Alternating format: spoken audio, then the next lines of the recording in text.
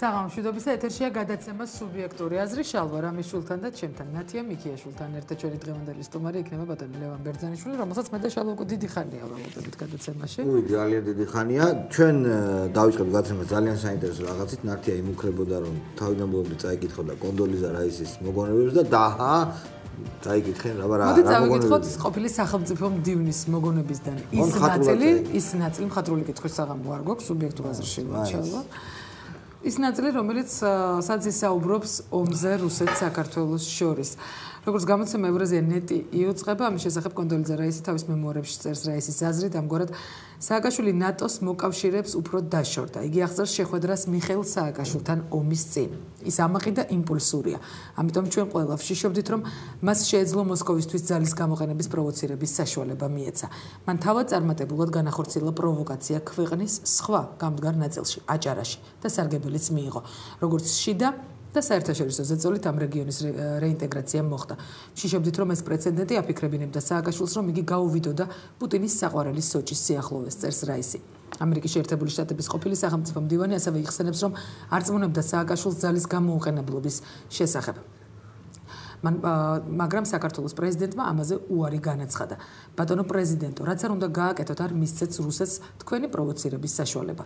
გახსოვთ პრეზიდენტმა ბუშმა თქვა, რომ მოსკოვი ეცდება რაიმე სულელური გაგაკეთებინოთ. არავინ მოვა თქვენს დასახმარებლად და თქვენ წააგებს. იხსენებს რაისი სააკაშვილთან საუბარს. ყოფილი სახელმწიფო მდივანი 2008 წლის 7 აგვისტოს საღამოსაც იხსენებს. მიუხედავად საქართველოს მიერ ცალმხრივი ცეცხლის შეწყვეტისა, სამხრეთ ოსეთის მიამბოხენი აგრძელებდნენ ქართული სოფლების დაცხრილვას და ცხინვალის გარშემო სროლას. პასუხად საქართველოს შეიარაღებულმა ძალებმა მიამბოხების წინააღმდეგ მძიმე სამხედრო შეტევა დაიწყეს, წერს რაისი. იგი ასევე იხსენებს ომის შემდეგ სააკაშვილთან ერთობლივ პრესკონფერენციას, ძალიან საინტერესო ადგილია, სადაც პრეზიდენტმა გეგმას გადაუხვია და ამან სახელმწიფო მდივანი ისე გააბრაზა, რომ ლაპარაკიც აღარ შეეძლო. რაისი წერს, რომ მას სააკაშვილს ურჩია მადლობა გადაეხადა ევროპელებისა და ამერიკელებისათვის. საკუთარი ხალხისთვის რაიმე გამომხნავებელი ეთქვა, ხოლო რუსეთზე კომენტარების გაკეთება მისთვის დაეთმო. თუმცა როგორც მდივანი იხსენებს, პრეზიდენტ სააკაშვილის გამოსვლა მალე აგრესიული გახდა და ის რუსებს ბარბაროსებს უწოდებდა. მე ველოდი, რომ რუსეთზე მძიმე გამონათქვამები იქნებოდა, მაგრამ შემდეგ იგი ევროპელებზე გადავიდა. მიუხედავად და მორიგებაზე დაიწყო საუბარი. მე ისე გავბრაზდი სააკაშვილზე, რომ ლაპარაკიც აღარ შემეძლო, ამბობს რაისი. ამის შემდეგ სახელმწიფო მდივანი რამდენიმე დღეში ბრიუსელში ჩატარებულ ნატოს საგარეო მინისტერიალს იხსენებს, სადაც მისთვის გასაოცრად მოკავშირეების სააკაშვილის მიმართ გულმოწყალენი იყვნენ. მაგრამ რამდენიმემ თქვა, რომ სააკაშვილმა მოახდინა იმის დემონსტრირება, რატომ არ იყო მაპი კარგი იდეა, წერს რაისი. ხო, მიშას იმპულსურობა უკვე აგერ რაისის მოგონებებითაც მტკიცდება. ახალი ამბები ის არის, ის ხდება ჩვენს ქვეყანაში ახალი, რომ გუშინ ბიძინაშვილი შეხვდა პატრიარქს. ნელ-ნელა იკვეთება ალტერნატივა ძალიან მკაფიოდ და მკვეთრად სააკაშვილისა და ნაციონალური მოძრაობისა.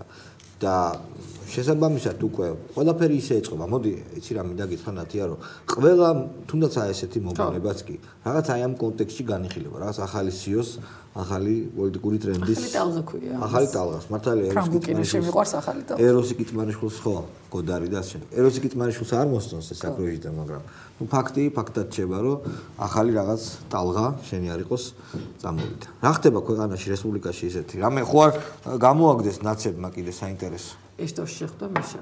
ეგ კარგია. თან ბევრი ხო ელაპარაკა, როგორ საქართველოსთვის ღრმა დიდი მნიშვნელობა აქვს ევრობაზარზე გასვლას და ასე შემდეგ და არ დავიწყდა თქვა, რომ 2015 წლამდე რაღაც კონკრეტული გეგმა აქვს, რომელსაც განახორციელებს. 15 წელი რა არის ის ვერ გავიგე.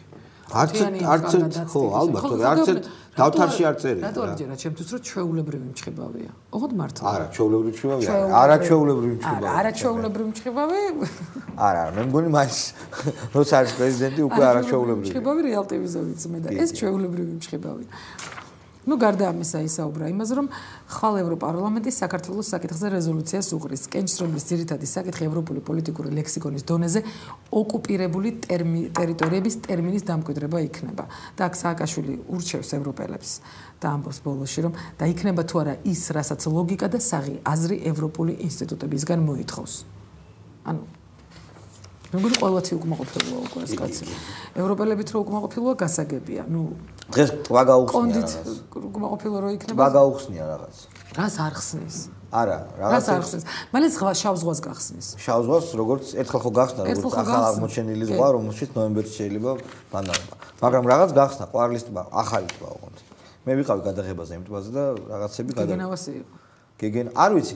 იცი რა, მე მოდი მაინც ხა ობიექტურის მინიმალურობის დაცვით ვიტყოდი რომ ცუდი არ არის ხა ტბები რო იხსნება და არა, ტბები მე ძალიან მომწონს. ტბა არის სერიოზული თემა რა. ტბა ძალიან მომწონს, გიждდები ტბაზე, ჩარევანზე, განათებაზე და შემდეგ, მაგრამ არა, ტბა უფრო მეყვარს. ტბა ხო რა, დორე პონტი გევას. ესეთ გაჩერებული წყალი მეყვარს მამშვიდებს. და ნავშიროზე ხარ. ეს ყველაფერი ძალიან მომწონს. უბრალოდ არ მომწონს, როდესაც ტელევიზიებს ხურავენ, თავისუფლებას უზრდავენ ადამიანებს. იჭერენ არა სამართლიანად, უბრალოდ ანუ ტბა ვერ წონის ამას, ხო? ტბა ჩემთვის ამას ვერ წონის და განათებული ქალაქი, რომელსაც ძალიან ხშირად გვაყვედრის ხოლმე, ხან დედაქალაქის მერი და ხან დედაქალაქის მერი დღეს კომპიუტერებს აწყობდა საწყოთა შორის. და ხან პრეზიდენტი კი და ამას ვერ დამოყვედრიან, იმიტომ რომ 21 საუკუნეში ვცხოვრობ და მით უმეტეს ამისთვის მე ძალიან ბევრს ვიხდი იმისთვის რომ განათებული ნაგავში შორის. ნაგავი ჩვენ ტკივილია, მინდა გითხრათ ძვირფას ტელემოყრუს, სანამ ამ ნაგვის გადასახადს არ გაყოფენ და დენის გადასახადისგან არ გამიჯნავენ, მანამდე ძალიან დიდი პრობლემები იქნება თბილისში ამ ხელისუფლებას. იმიტომ რომ ნუ არანორმალურია, სიგიჟეა, თვით გიანოდი ამაც კი თქვა რომ ეს არის სისულელე. ხვალ ელოდებიან ეროვნული ბანკის პრეზიდენტს ბანკ ქართულთან შექმნილ მდგომარეობასთან დაკავშირებით პარლამენტში ფრაქცია ერთობა სამართლიანობისთვის. ძალიან საინტერესო რა პასუხს გაცემს ან მივა თუ არა. 55 მილიონი ლარი გაედინა ბანკიდან აი ამ პოლიტიკური ზეწოლის შედეგად, რაც რა თქმა უნდა. ძალიან დიდი ფულია ბანკისთვის, მიუხედავად რამდენი ფულიც არ უნდა ქონდეს ბიზნესა ივანიშვილს. ბუნებრივია. ბანკისთვის ნამდვილად ძალიან დიდი ფულია. ბლუმბერგი წერს ისევ რომ რუსეთთან კავშირი ივანიშვილს შესაძლოა ტვირთად ექცეს. კიდევ საინტერესო ის არის რომ ვიცით რომ შეწყალება მზადდება უახლოეს პერიოდში შეწყალება. ებრაელი ბიზნესმენები ვერ მოხდებიან. რა თქმა უნდა, მათ ძალიან დიდი ტვირთი აქვს. არა, საჯელის ნახევარი ანუ კანონმდებლობით მინიმუმ უნდა გქონდეს მოხდილი საჯელის ნახევარი. მე მინახავს ციხეში პატიმრები, რომელსაც არ ჰქონდათ კანონმდებლობით არც ნახევარი, არც მესამედი, არც მეათედი მოხდილი და რა თქმა უნდა, ხო, ვირგულენის პრობლემები 6 თვეში გამოუშვა. ბუნებრივია, აქედან გამომდინარე მე მინახავს ესეთი პატიმრები. ახალი მემარჯვენეები იღწვიან საარჩევნო სიის დაზუსტების კომისიაში მართვის სადავეების მოპოვებისთვის. კაცდაძე უნდა იყოს ხელმძღვანელი. ხო, კაცდაძის კომენტარია ზუსტად რომ ჩვენ გადავდგით ნაბიჯი მთელი რიგ ცვლილებებთან დაკავშირებით და დიახაც ჩავერთვებით ამ პროცესში და ასე შემდეგ და ასე შემდეგ. ბურჯანაძე ისევ ახსენებს საზოგადოებას რომ რაც დღეს კონდოლიზა რაისმა მოყვა, მაშინ ბურჯანაძემ თავის დროზე ეს თქვა. და ბურჯანაძე როგორც ვიცი, გუჩის აქციებისკენ მიიღწვის ისევ მაინც. საინტერესო იქნება კონკრეტულ დეტალებზე ბურჯანაძის აზრი იგივე ივანიშვილთან მიმართებით და ასე შემდეგ. მოვიწვიეთ დღეს ვესაუბრე მის პრეზიდენტს, თუმცა აღმოჩნდა რომ ნამდვილად ავად არის. ხო, ნუ არა უშავს. და როგორც კი გამოჯანმრთელებას უსურვებთ. კი, ჩვენ ამის ბედნიერება გვექნება. კი ბატონო. ახალი მემარჯვენეები აქვე აცხადებენ იმას, რომ ბიზნესმენ ბიძინა ივანიშვილთან პრინციპულად შეუთავსებელი ხედვები აქვს. და არ მოუწევთ თანამშრომლობა, ფიქრი ასე არ იყოს. აქვე ბიძინა ივანიშვილისთვის მოქალაქეობის დაბრუნების მიზნით მოგროვების ხელმოწერების მოგროვების გამო მასწავლებელი გაათავისუფლეს სამსახურიდან. 215 საჯარო სკოლის ფიზკულტურის მასწავლებელი ვარგეთილის. აზე ხარ? მასწავლებლებზე გადავიდნენ უკვე. ის რა მე მგონია რომ აღარც პანიკას მიეწერება ეს ყველაფერი, შოქში არიან. ხო, რა ვიცი. არ ვიცი. ჩვენ დღევანდელი გადაცემის სტუმარი გახლავთ ბატონი ლევან ბერძენიშვილი, რომელსაც არ დავაყოვნებთ და მოუხმოვთ ეთერში, რადგან ძალიან საინტერესო მოსაუბრეა. არ გადაერთოთ დარჩით მაესტროზე გაარკვია თუ არა ბერძენიშვილმა საიდან იშოვა ბიძინა ივანიშვილმა ამდენი ფული. სულ რამდენიმე წუთში ლევან ბერძენიშვილის სუბიექტურიაზე.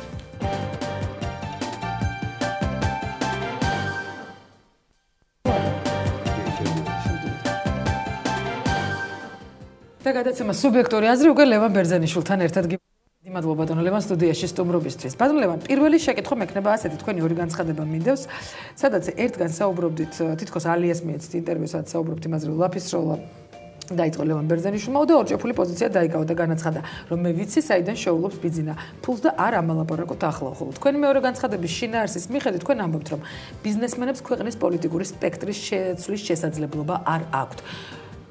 ზოგადად სკეპტიკური დამოკიდებულება ბიზნესმენისადმი ჯერ კიდევ თოფაძის დროს გვახსოვს რომ ლუდი ჩამოასხა ჯობიაო და შეიცვალა თუ არა ახლა ეს დამოკიდებულება.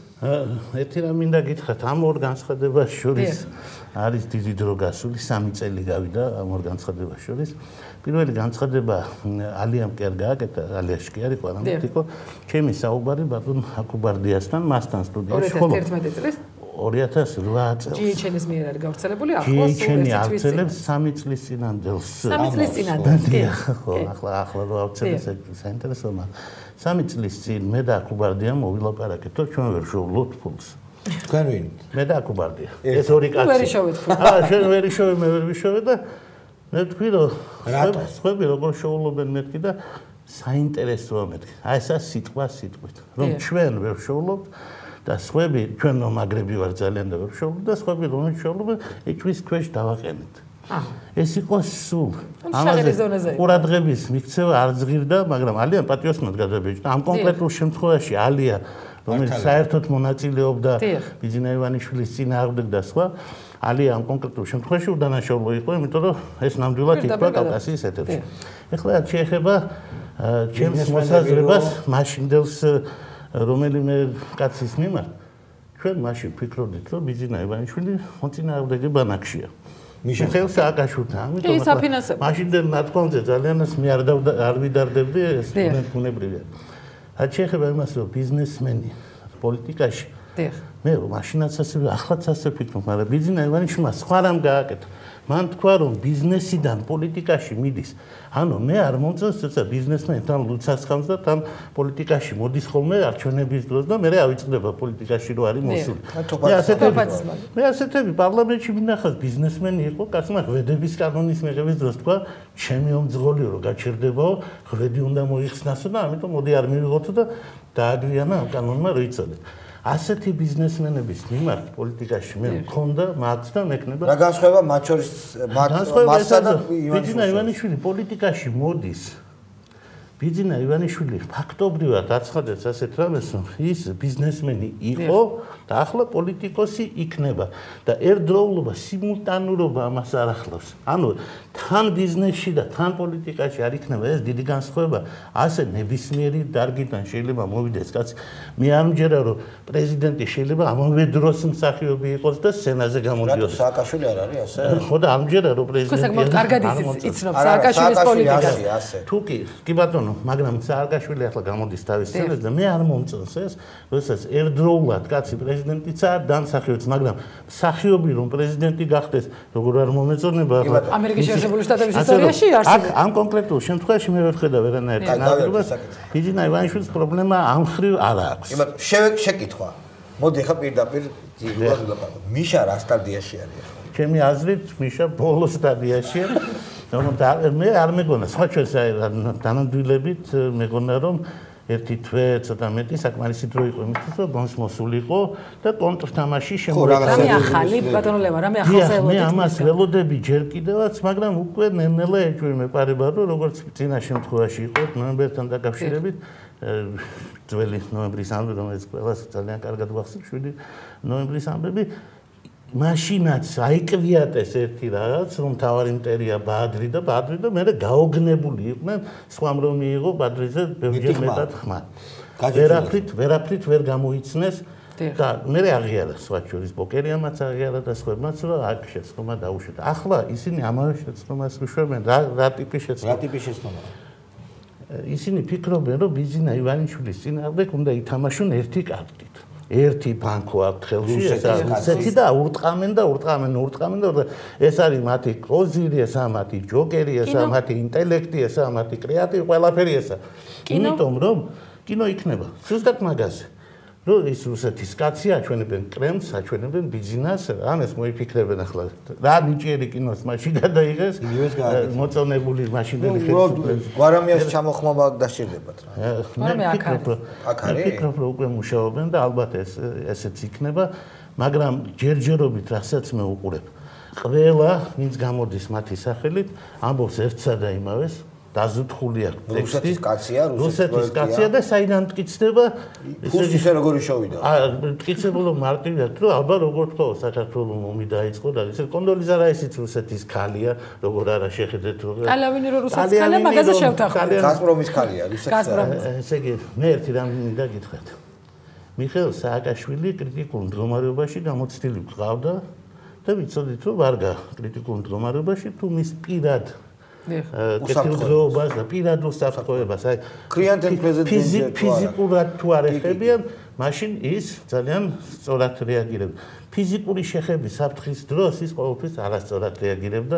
გორის ეპიზოდის გარდა შეგახსენებთ იყო გპს-თან ედპს ეპიზოდი. როდესაც ის მე ყვებოდა როგორ გადატენა იარაღი და კაკაბოისკი ისტორია. რემბოსებურ ამბებს ყვებოდა, მაშინ როდესაც იქ უბრალოდ ვთქვათ ქუჩურ სიტყვები არ მინდა ვიხმარო, მაგრამ ღირსეულად ვერ მოიქცა მაგ დროს და ცოტა დაკარგა სახე. ახლა ამ წუთას ზუსტად ასეთ მდგომარეობაში. როგორც ჩანს საფრთხე იგრძნო ფიზიკურად და აშიასად. ის იმაში 12 გამშირვალე. Нас будут бить? Может быть даже ногами. მე ვფიქრობ, რომ ზუსტად ეს მომენტი აქვს ჯერჯერობით ყოველ შემთხვევაში და ყველა ეს მრავალრიცხოვანი გახსნები, მარტო გამოჩენები ეხლა და მესეჯები მოდის სულ 2015 წლამდე 2020 ეხლა ეს რა შეიძლება 2015 წელს ეს არის მიხეილ სააკაშვილის ჩემი აზრით ფსიქოლოგიური პორტრეტის საკითხი, ეს უნდა ვკითხოთ ჩვენ ფსიქოლოგებს ან მონათესავე სპეციალისტებს, ფსიქიატრებს, იმიტომ რომ ეს ააკვიარდება. მას 2013 წლის შემდეგ ის როგორც მე დაპატიმრების მე ვხედავდი სიცოცხლეს, როცა ვიცოდი გამაპატიმრებდა, შენც გეცოდინება. ზუსტად ასე მას ვერ წარმოუდგენია 2013 წლის შემდეგი სიცოცხლე. რა იქნება, როცა ის არაა პრეზიდენტი და რა. ამიტომ 2014 როგორც ჩანს, მისთვის არის აკრძალული წელი. და პირდაპირ იწყებს პირველივე წლით, რომელიც მაგის შემდეგ მოდის.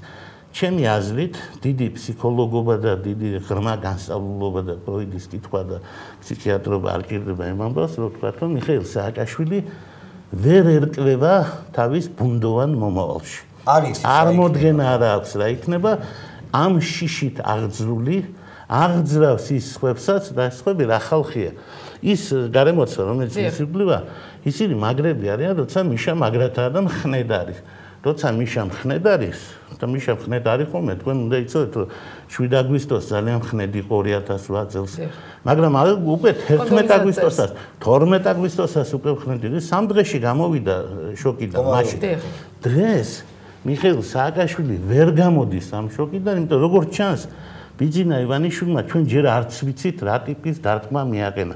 და ჩვენ არ ვიცით სინამდვილეში საქართველოს ბიუჯეტი ქონდა საერთოდ თუ ბიძინა ივანიშვილი იყო საქართველოს ბიუჯეტი. ჯერ ამაში ვერ ყვევით, იმიტომ ძალიან ბევრ ადგილას გამოჩნდა, რომ თურმე ეკონომიკური ზრდა კი არ ყოფილა, თურმე ყოფილა კეთილი ადამიანი, რომელიც ფულს იხდიდა. ეს ნელ-ნელა გამოვლინდება ამ შემთხვევაში გასაგები გახდება იმ რა დარტყმა მიიღო. მარტო იმით კი არ მიიღო დარტყმა, რომ ეს პოლიტიკაში მოდის. იმით მიიღო, რომ მის გვერდით არ არის ეს უკვე სერიოზული დარტყმა, როგორც ჩანს.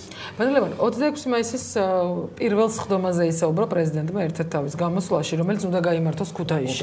ანუ თქვენ როგორ ფიქრობთ, იყო ეს მესიჯი სააკაშვილის მხრიდან, რომ შეიძლება დაინიშნოს ოდამდელი sapარლამენტო არჩევნები თუ უბრალოდ წამოწდა? არა, როგორ შეიძლება ორჯერ უბრალოდ წამოწდეს ამხელა კაცს, ისე არა, რა თქმა უნდა, უბრალოდ არ წამოწდა. არის გვაქვს ორი მესიჯი. ერთი მოდის პრეზიდენტ სააკაშვილისგან, რომელიც ამბობს, რომ ქუთაისში გაიმართება პარლამენტის პირველი სხდომა. შემდეგ ამბობს, რომ იმ პარლამენტის კი არა, ამ პარლამენტს და იგულისხმება, რომ შენობისთვის პირველი, რაღაც საცდაობას, ალბათ იმანა გამარტავს მე ძალიან უსუსურად, მაგრამ ფაქტია, რომ მიხეილ სააკაშვილმა თქვა, რომ გაიმართება სხდომა. უმრავლესობამ თქვა, რომ აპ ჩვენ არ დავარღვევთ კონსტიტუციას, ანუ სხდომა და ყველაფერი იქნება თავის დროზე, მაგრამ უმრავლესობა არ ამბობს, რომ ქუთაისში არ გაიმართება სხდომა. უმრავლესობა ლაპარაკობს სხვა ენაზე. ეს რას ნიშნავს? ეს იმას ნიშნავს, რომ ჩვენ გვაქვს ორი მესიჯი. პირველი. საპარლამენტო არჩევნები ვადამდელი დაინიშნება, ჩატარდება ნაციონალური მოძრაობა მოიგებს და ქუთაისში გამართავს პირველ სხდომას. მეორე მესიჯი.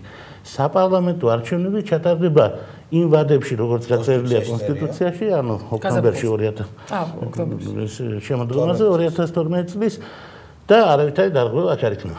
რას ნიშნავს სხვადასხვა მესიჯი მოდის ერთი და იმავე წყაროდა. რას ნიშნავს ეს? იმასაც მე გითხარით, მიხეილ სააკაშვილმა არ იცის რა მოხდება. ზუსტად ასეთი მესიჯი ჩვენ ჩაწერილი გვაქვს კონსტიტუციაში, რომელშიც ნათქვამია, რომ საქართველოს უფროსი იქნება პრემიერ-მინისტრი. მაგრამ მანამ სანამ მიხეილ სააკაშვილია პრეზიდენტი, მანამდე პრემიერ-მინისტრი ვერ იქნება. მე რომ წავა იქნება. მიხეილ სააკაშვილი რომ წავა, თუ წავიდა, მაშინ პრემიერ-მინისტრი შეიძლება ეს თავიდანვე იყო ჩადო. მიშა ამბობს, რომ არ მომწონს მე პრემიერ-მინისტრობა არ მინდა. დღეს ამბობს ხვალ შეიძლება თქვას რომ კი არ მომწონს მაგრამ ქართველ ხალხს ასე ჭირდება მოდი ვილაპარაკოთ შემდეგზე მე ეხა ვერ ვიტყვი ამ წყაროს ვერ დავასახელებ მაგრამ ზუსტად შემიძლია თქვა რომ აი ამ დაჯგუფება დავარქვათ ბანდა თუ ჯგუფი ბოკერია ბენდუკიძე და ასე შემდეგ ხო არ ვიცი პარტია ჯერ არ აქვს ცალკე ამ შემადგენლობას ლიბერალები ასე თქვა არ უნდათ მიშა მათ ესეთი რამ მითხრეს კონკრეტულად ერთმა ძალიან მაღალ წონიანმა კაცმა პირდაპირ მნიშვნელობა მაღალწონიანი ბენდუკიძე არ დავადასტურებ და არც უარყოფ რომ 2013-ში რომ მიშამ თქვასო ეხლა რო თქვას რომ 2013-ში მე მივდივარ ხელებს ვიბან კარგად იყავითო რო თქვასო 2012-ში ჩვენ არჩევნებს მოვიგებთ აი ეს იციან ანუ ლევან აქ არის თუ არა გვექნება თუ არა სახეზე უკვე ბრძოლა აი ამის მოსაპოვებლად რომ შემადგენლობა რომელიც მე ვთქვი მიშას უთხრას მიშა გეხვეწები წადი რა ფული ხო გაქვს წადი უცხოეთში იყავდა ჩვენ აქ მივხედავთ ყველაფერს და ძალა ეყოფათ რომ დაიხოლიონ მიშა ამ გადაწყვეტილებას ეს ყოველსო მინდა გითხრათ რომ მიხეილ სააკაშვილო მაგას ირიბად უკვე უპასუხა ასეთ ძალისხმევას მან თქვა რომ ასეთ შემთხვევაში იგი იქნება კოჭლი იხვი ანუ ეს ნიშნავს რომ ხო როგორც პრეზიდენტია ხო პრეზიდენტი ვერ იქნება და შეიძლება მართლა ვაპირებ წასვლას მაგრამ წინასწარ რო თქვა ამის შესახებ მე ნამდვილ პრეზიდენტობას ვერ გავწევ რაც შეხო კოჭლი ტყუილად არ წარმოცდენია ეს მართალია სხვა ქვეყნის და სხვა ენის ტერმინია სხვა ტერმინი არის და ქართველებმა აბსოლუტურად ვერ გაიგეს რას ამბობდა მაგრამ ერთი რამ აშკარად თქვა მან აშკარად თავისი ადგილი იპოვა ცხოველთა სამყაროში და ფრინველი ანუ მიშა რა ჩიტია უკვე კარგად ვიცით კოჭლი იხვი არის შესანიშნავი ტერმინი დღევანდელი მიშასთვის რაც შეეხება ბენდუკიძეს და კომპანიას მათ შეფასებას მათ ღრმა ინტელექტუალურ დაკვირვებას რომ მიშამ რო თქვას რომ არ ვიქნები ნაციონალური მოძრაობა მოიგებს გამოსცადონე აბა ერთი სცადონეს მიშა როცა იტყვის რომ არ იქნება ნაციონალური მოძრაობა არათუ მოიგებს საერთოდ გაქრება რატომ ეს იმიტომ რომ ამ პარტიაში არ შეიქმნა პოტენციალი რომელიც გადაყვება დროში გადაყვება ასე ვთქვათ თავის თავს მიშასთან ერთად გაქრება იმიტომ რომ როდესაც ბიძინა ივანიშვილი თავისი კოალიციით სხვა მცირე პარტიებიც იტყვიან რომ ჩვენ არ გვინდა ეს ხალხი და შექმნიან პარლამენტში უმრავლესობას თუნდაც ეს უმრავლესობა 2/3 არ იყოს პირველ დღეს იგი 2/3-ის და 4/5-ით გახდება მეორე დღეს იმიტომ ჩვენ ვიცით როგორ იქცევიან მაჟორიტარები ჩვენ ეს ნანახი გვაქვს 4-ჯერ და ახლა მე-5-ჯერ რომ დაძალებით მაჟორიტარები მოქალაქო ცნობიერება გაიზრდება და ეს ამჯერა ის მაჟორიტარები, რომლებსაც გულისთვის მოხდა რევოლუცია, ვინც გააყალბა არჩევნები, შემდგომში გახდნენ მიშას მაჟორიტარები და მისცეს მას სრული უფლება თებერვალში ჩაეტარებინა, ასე ვთქვათ, თერმიდორი ქართული, ანუ გამოეცხადებინა თავი ღმერთად და იუპიტერად და კონსტიტუცია შეეცვალა პარლამენტის დათხოვნის და ასე შემდეგ უფლებები მოეპოვებინა. მთელი მისი ბრძოლა აგებული იყო, რომ შევარდნაძეს ბევრი უფლება აქვს და დამთავრდა იმით, რომ მეო როგორც პრეზიდენტო უფლებები მაგლიაო, მეტი მჭირდება. ამიტომ მე ძალიან ღრმად ურჩევდი, რომ განახორციელონ ეს ექსპერიმენტი, დაიყოლიონ და მერე რამდენად შესაძლებელია ჩვენ ვიცით კარგად. ანუ მიშა დათახდება ამაზე, რა პირობა უნდა წაუყენონ მიშა რომ გაცვალოს ძალა. მე არ მგონია რომ მიშა წავიდეს ბენდუკიძესთან ან ბოკერიასთან ამ მოლაპარაკებაზე. მაგრამ ბენდუკიძე და ბოკერი ამას შალვას გარდა როგორც ჩანს ამერიკის შეერთებული შტატების სახელმწიფო დეპარტამენტსაც ეუბნებიან სუცოდა ტობი დევის მაინც ეტყვიან რომ ესეთი იდეები გვაქვს იმიტომ მე მახსოვს კარგად პარლამენტარების რიცხვის გაზრდა რომ უნდათ პირველი იქ დაილაპარაკეს ამერიკელებთან იმათ მე შემკითხეს ეს კაია თუ ცუდია მე მგონი კაიო ასეც კი ამბობდნენ და ჩვენ რა უთხარით რომ არა არ არის კარგი მე თქვენ რომ რაღაც არ მოგწონს მაგრამ მაინც გააკეთეს მაგრამ ამათ გააკეთეს და არ ვარ დარწმუნებული რომ შეერთებული შტატებიდან აკრძალვა იყო რომ არ ქნათ და რაღაც.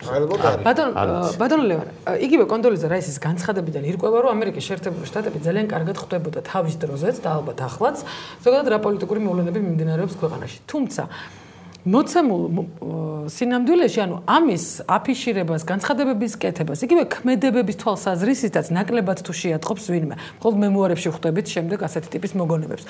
ანუ რასთან გვაქვს საქმე? თქვენ თქვით რომ აი დასავლეთი, როდესაც კითხავთ თქვენ კაია თუ არა მაჟორიტარების დეპუტატების რიცხოვნობის გაზრდა, ამის შემდეგ დაიწყეს თქვა დაწონო რამდენად კაია ან ცუდია. ანუ რეალურად რასთან გვაქვს საქმე და სარგებლობს თუ არა? სააკაშვილი საერთოდ რაიმე ტიპის ხარდაჭერა თუ დარჩა იგივე ამერიკის შეერთებულ შტატებში?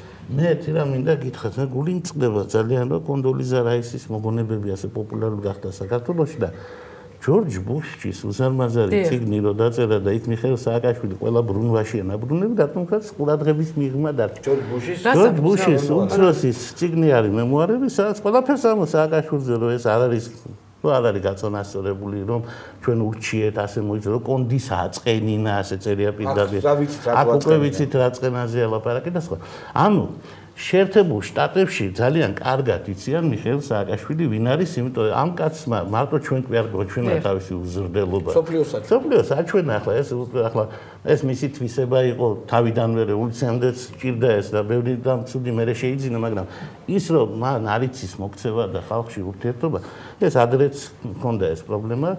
და ის უბრალოდ ვერ ერკვევა და საქართველოს პატარა ქვეყანაა და ამერიკის შეერთებული დიდი ამასე კი ამჟამებდა გადმოხედა ზემოდან რომ მაღალი აღმოჩნდა კონდოლიზა რაისსა და ასე პიროვნულად წყვეტდა რომ ის დიდია და ეს იმიტომ რომ ბლეფია ეს მხარდაჭერა ბლეფია კი სულელია კაცო არანაირი მხარდაჭერა დღეს ამერიკის შეერთებულ შტატებში მიხეილ სააკაშვილს არ აქვს ამიტომ შეეცდება ბოკერია და სხვები ასე მაგრამ ისინი ამას მოელაპარაკებოდნენ იმიტომ გვეკითხებოდა აგ ერთი წლის წინ ჯერ კიდე ამერიკაში გვეკითხებოდა ვინ არის ბოკერია როგორ უყურებს და სახელმწიფო დეპარტამენტი არ იცოდნენ ბოკერია ვინ არის ახალგაზრდებს რამდენიმე კვირის წინ იცოდნენ მაგრამ შევძლებთ თუ არა ჩვენ მასთან თანამშრომლობას ოპოზიცია რამდენად სიმპათიით თუ ანტიპათიით უყურებს და სხვა ანუ ისინი მას განიხილავდნენ მაგრამ დღეს დამთავრდა ეს ინტერესი რომ გამოჩნდა ის კაცი ახლა ამერიკელები სულელები კი არ არიან შალვა ნათელაშვილი ხდებოდა ამერიკის ელჩი. იმიტომ იმპერიებში შალვა პოპულარული. გასაგებია დღეს ვისაც ხდება უკვე ვიცით ამერიკის შეერთებული შტატების ელჩი და შესაბამისად ბოკერიას და ბენდუქიძეს და სხვების ბანკო გაიჭრა. ახლა ეს ხალხი არავისთვის არაა საინტერესო და თუ დარწმუნებული არიან რომ პოპულარულები არიან, გადააყუდონ მიშა ჩვენ მადლობას ვეთქვით. მე პატრიოტთან არჩუნ დარწმუნონ.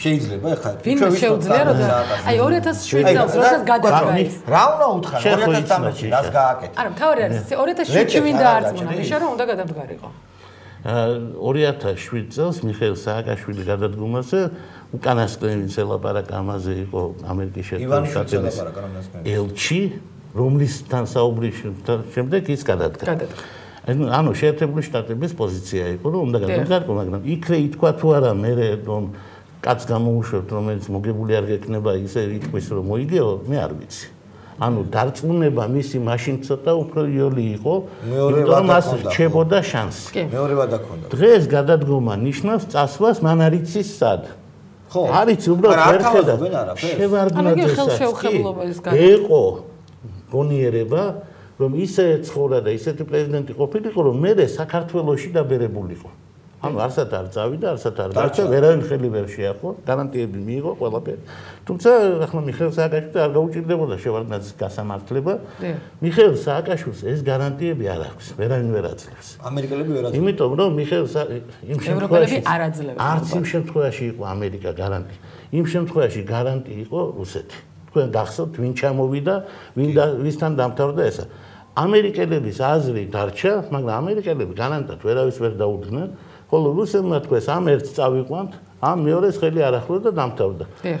ამერიკაც დათანხმდა და ეს არის ამ ორი დიდი ქვეყნის გარიგების პროდუქტი, რომ შევარდნაძე ბერდება საქართველოში და სანამდე არ წავა, სანამ სააკაშვილის წასვლას არ ნახავს ხელისუფლებდა ესეთი მუქარა მას უთქვამს თავის დროზე და აი ველოდებით მართლა მოახლოვდა ეგ. ბიძინა ივანიშვილმა რა უნდა გააკეთოს იმისთვის, რომ თქვა იგივე სააკაშვილის მოედანზე არ გადავიდეს სათამაშო თქვა. მიშამ ის არ გააკეთოს პრინციპში რაც ბიძინა ივანიშვილმა ძირითადი იდეა, რომელიც ძვირფასი არის მისთვის და ძალიან მნიშვნელოვანი მისთვის უკვე გამოხატა, მან თქვა, რომ არ არის შანსი რომ მიხეილ სააკაშვილმა გადაიყვანოს იგი სხვა ქუჩაში და გაიყვანოს ქუჩაში.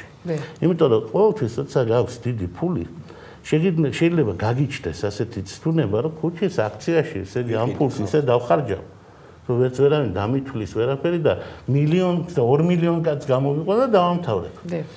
მაგრამ მას უნდა ვთქვათ, რომ ეს კაცი არ აზროვნებს ისე, როგორც ჩვენ მივაწერთ რაღაც სტერეოტიპებს მილიონერებს და განსაკუთრებით მილიარდერებს. ის აზროვნებს დაახლოებით ისე, რომ შთაბეჭდილება ისეთია, რომ მას ფული საერთოდ არ აქვს. ის აზროვნებს, როგორც ფილოსოფოსი, რომელიც ძირითადად არის სოკრატესავით აზროვნებს, ღარიბივით აზროვნებს. მიშასთან რამდენად კარგია სოკრატესავით აზროვნება, ბატონო? მიშასთან ყველაფერი კარგია, თუ კი შენ იტყვი პრინციპულად, რომ მოგიგებ არჩევნებს. მიხეილ სააკაშვილს დღემდე სჯეროდა, რომ არჩევნებით იგი დაუმარცხებელია. ამიტომ ეს ამბობდა, არჩევნებს ეგენი არც აპირებენ, ესენი აპარებენ ქუჩაში და ქუჩაში მე პოლიცია მომზადებული ნოემბრიდან მაისამდე გავზარდე, მაყოფილი ვარ პოლიციის, კაცი ისე მოკლავენ, კაცი შვილი ხმას არ ამოიღებს, ქართული საზოგადოება ამას გადაიტანს. მე გულისხმობ იმ ადამიანს, რომელიც იმაზე სახურავზე რო იპოვეს და არავითარი პრობლემა არ აქვს. და საზოგადოებამ ეს გადაიტანა. სადაც უნდა იქ დახოცავს, ვისაც უნდა, რასაც უნდა იმას იზავს, ის ამბობს, ქუჩაში მე ყველას მოერევ და ეს მართალია. მისიანებიც ამბობენ, რომ ხო ქუჩაში ყველას მოერევა, ამიტომ მისიანები გულშემატკივრობენ ჩვენს ყველა გავარდეთ ქუჩაში და ივანიშვილი პირველი სწორი დარტყმა. არჩევნები. როდესაც უთხრა, არჩევნები და დაასახელა ორი პარტია, რომელთა ძალა ყველა მიცის ახლა ეს ორი პარტია არ ანგრევს ქვეყანას და არც რეიტინგი გასცემს.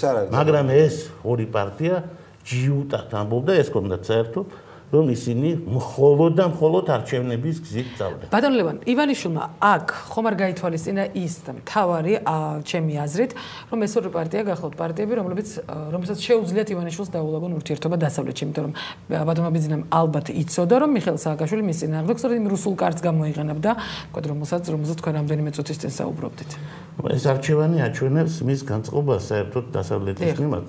ეს პარტიები არაფერს არ ულაგებენ, მას არ ჭირდება მის დალაგება, მე მგონი არც ერთი პარტია არ შეერეულა იმ საქმეში, ვერავინ ვერ მიასწრო ჯონ ბას და კიდევ 19 წელს დასავლეთის ხალხს იქ. ამიტომ მე არ ფიქრობ, რომ ეს იყო მისი მერკანტილური იდეა, რომ ამ ორ პარტიას არა, ეს უბრალოდ არის მისი გემოვნება, მისი არჩევანი, მას თურმე მოსწონს რესპუბლიკური პარტია, რაც არის რესპუბლიკურ პარტიაში ეს იყო უაღრესად შოკის მომგვრელი ინფორმაცია და ჩვენ ამის შესახებ არაფერი არ ვიცოდით. არავის არასოდეს არ ჩვენ საკუთარ თავზე არ გვითხოვს ის სიტყვები, რომელიც მან დაწერა თავის განცხადებაში. კარგი, შეკითხვა. დღეს ვიყავით ფრიდონ თოდუას ცენტრში, გადავიდა აკრედიტაციის გარეშე. ფრიდონ თოდუა ერთ-ერთი ის კაცია, რომელიც იღებს დახმარებას ბიძინა იმაშვილის დახმარებას და 26 ოქტომბერსაც აიღო ეს თანხა. ამ წლის 26 ოქტომბერს გაჩაღებული პიარი ჰქონდა სააკაშვილს, რომ ეს რუსეთის კაცია და მაინც უმრავლესობის წევრმა და სააკაშვილის ხარდამჭერმა აიღო ეს თანხა და როცა ვკითხე, რაღაც თქვა, არ თქვა, რომ ეს რუსეთის კაცია და ისიც თქვა, რომ მოქალაქეობის მინიჭების საკითხს ლოიალურად უყურებს. და დღეს ვესტუმრეთ ცენტრში, გადავიღეთ, კარგი კაცია, სამუშევარი, ესეთი 65 წლის კაცი, ჭკუა დამждარი. არ არის ასე თქვა რადიკალი და რაღაც იმპულსები შეიძლება მე მომეჩვენა, მაგრამ იმპულსები დავიჭირე. ეგ ყველაფერი იქით იყოს და რას ნიშნავს ესე იგი ივანიშვილის გამოჩენა? აი ამ დიდ კონგლომერატს, რომელიც არა მარტო ნაციონალურ მოძრაობა, არამედ ბევრი მიტმასნილი, ძალით მიყვანილი ხალხია იქ გარშემო. შლის ამას ამ ყველაფერს? ესე იგი მე კიდევ ერთხელ მინდა შეგახსენოთ, როგორ მოიქცნენ მაჟორიტარები თავის დროზე. რა დროს გულისხმობ მე? ეს არის ყველა დრო, ყველა კრიტიკული დრო, როცა არიან მაჟორიტარები და ქვეყანაში ხდება კრიზისი. როგორ იქცევა მაჟორიტარი? ტიპური მაჟორიტარი. ტიპური, რა თქმა უნდა, არის გამონაკლისები. რა თქმა უნდა. მაგრამ 95%, 96%. იქაური რა. ვინც ნამდვილი მაჟორიტარია. ეს რომელიც არასოდეს არ გამოსულა პარლამენტში, არასოდეს არ უთქვამს სიტყვა, რომელიც იმითაა ცნობილი, რომ გარეთ რო გამოდიხარ, შენ ვერ ცნობ, რომელია მაჟორიტარი პირველად რო ხარ პარლამენტში, მაგრამ რო დაინახავ, რომ ვიღაცა ძალიან დიდი მანქანისკენ გამართება, ისაა მაჟორიტარი.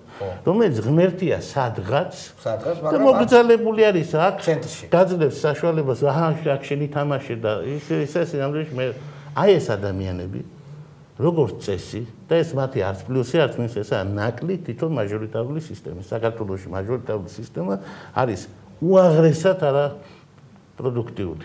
უაღრესად.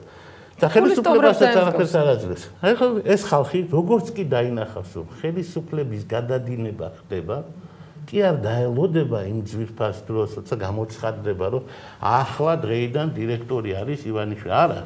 ისინი უკვე გადადგამენ ამ ნაბიჯებს. უკვე ძრა ის. თოდუას მოძრაობები ამის ნიშანია.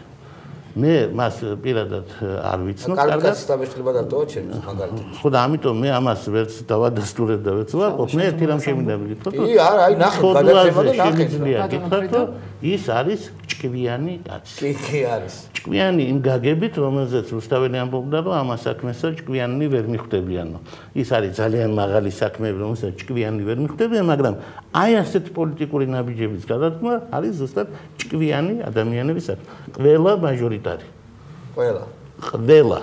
გარდა ბიზნესით რო არის კავშირში. გარდა იმ მაჟორიტარებისა, რომლებიც ისე იგი ამ შემთხვევაში თან ამ პარლამენტს როგორ ძალიან ბევრია იძულებითი მაჟორიტარი. მე მგონი ისინიც, რომელიც იძულებული მაჟორიტარები არიან, ნელ-ნელა გამოავლენენ თავის დამოკიდებულებას. ანუ მოსალოდნელია ცვლილებები არა მარტო არჩევნების შემდეგ, არამედ არჩევნებამდე. ყოველდღიურად მე ხვდები ვგრძნობ ტანით, რომ ის რაც ხდება საზოგადოებაში, ასევე მიმდინარეობს მათ ოჯახებშიც. მიდის. ეს საუბრები, ეს არის არა მარტო პარლამენტარები, ეს არის მაღალი რანგის მოხელეები, მინისტრები, მინისტრის მოადგილეები, დეპარტამენტის უფროსები, პოლიციის უფროსები, სკოლის დირექტორები და ასე შემდეგ. მინდა გითხრათ, რომ ეს პროცესი ყოველთვის იყო ჩუმად მიმდინარეობდა, ახლა უბრალოდ ნელ-ნელა დაიწყება აფიშირება. როგორც თოდუამ გაბედა და თქვა, რომ იღებს და არ გამოიტანს ქართულიდან ესე იგი ისე მიიღებს. ანგარი და ფულს კიდევ აიღებს. მე ვკითხე თოდუას, რომ გითხრან მეთქი, რომ აღარ აიღო თქო და არა, ეგენი მე მაგას ვერ მეტყვიანო. მას მართლა მას ეკითხა. კი, კაცო, ესე მის. მეო, ჩემი გზა მაქვს. მეო პროფესიონალი ვარო. რამდენჯერ ვკითხე, ამ გიჟებთან რა გინდა, ბატონო ფრინო, რა კარგი კლინიკა გაქვთ, რა კარგი კაცი ხართ, იქ ექიმებს უყვართ. 65 წლის ფუნქციონერ ჩაზოვთან მუშაობდა. მეოთხე სამმართველოში რუსეთში და 1000 ბარიერ გადალახული კაცია რა. კრიმრიმ და მედმე. კარფერზე ამდგარა, იმიტომ ასეთი ისიშოვა რა ქვია. პიარი. მე ხო მეორე მიზანიცა მაქვს. მესმის, მე ფიქრობ, რომ ასეთი ადამიანები და კიდე არიან სხვაებიც, ისინი ნელ-ნელა გამოავლენენ თავს. ამიტომ მიხეილ სააკაშვილის მდგომარეობა რთულდება და მას ახლა ის ამბავი, რომ ტბების გასახსნელად მოქალაქეების ავტობუსებით მიყვანა ჭირდება ამფითეატრებში და ნელ-ნელა გააქრო უკანო 500 დროშა ქონდა. კი, გახსოვს. რამემ არ მიიქციოს ყურადღება, ახლა ერთადერთი ყურადღების ობიექტი უნდა იყოს თვითონ. თვითონ თავად. თვითონ დგას. ერთი კაც თეატრია რა. ვიღაცა კარნახობს, რომ ჩაიცი უაზროთ რაღაცა ფერები, რომ შეგხედონ, რომ შენ ხარ, რომ ცოცხალი ხარ. და ამტკიცებს ამას, რომ ცოცხალი. არა, მე მგონი არავინ არ განახავს გემოვნება აქ. მე თქვენ იცით, ახლა ლიტერატურის ცოდნობაში არის ტერმინები. პირველი მსახიობისთვის, ვისაც მიყავს თემა, ასე ვთქვათ, ისა პროტაგონისტი და ახლა ჩვენი დღეების პროტაგონისტი აშკარად გახდა ბიძინა ივანიშვილი. ხოლო მიხეილ სააკაშვილი დევტერაგონისტი მეორე და ამ როლში არ ყოფილა არასოდეს. მიხეილ სააკაშვილი არასოდეს არ ვარგოდა დებატებში. მას მართალია. ბევრი პლუსი აქვს, მაგრამ შუათარიდან დგებოდა და გარბოდა. დებატები არ შეუძლია. არა მარტო ამასთან არ შეუძლია, მას შეუძლია პროვოკაცია. პროვოკაციის მამა არის და ამ ხრივ ესე იგი ბევრ საერთოს იპოვიდა და პოულობდა დავით ძოძე ბარბამ შალვარამიშვილთან პროვოკაციულ საქმეებში. ხედავთ მის მოღვაწეობას აჭარაში პროვოკაცია უწოდა კონდოლიზა რაისმა. გარკვეული გაგებით ეს იყო ალბათ ერთადერთი რო წავა მოხერხავთ იმ პროვოკაციას. ჩვენ როდესაც წავა მიხეილ სააკაშვილი რო ყველა ნაკლს რო დაუთვლით მე ყოველთვის ვიტყვი რომ აჭარის საკითხის გადაწყვეტაში მისი როლი იყო მნიშვნელოვანი. მიუხედავად იმისა, რომ სისულელეებსაც გთავაზობდა, მაგალითად ბათუმის დაბომბვას და ასეთ იდიოტობებს, მიუხედავად ამისა, მან მოახერხა ეს ერთი რამ გააკეთა. ისე როგორც რამდენიც უნდა აგინონ რუსეთს და რამდენი საფრთხეც უნდა იყოს, მე ახლა რუსეთს თუნდაც კიდევ ერთხელ გამომაცხადო. მე მაინც ყოველთვის გავახსენებ განსაკუთრებით იმ ნაწილს, სადაც მე დავიბადე საქართველოს, რომ არ ყოფილიყო რუსეთ-თურქეთის ომი 1878 წელს, არანაირი აჭარა არ იქნებოდა. ბატონო ლევან, დიდი მადლობა სტუდიაში სტუმრობისთვის. მე და შალვა ხვალამდე გემშვიდობებით. 19:00 წუთზე ხვალ ჩვენ ერთმანეთს შეხვდებით, კარგად ზანდებოდით ნახვამდის.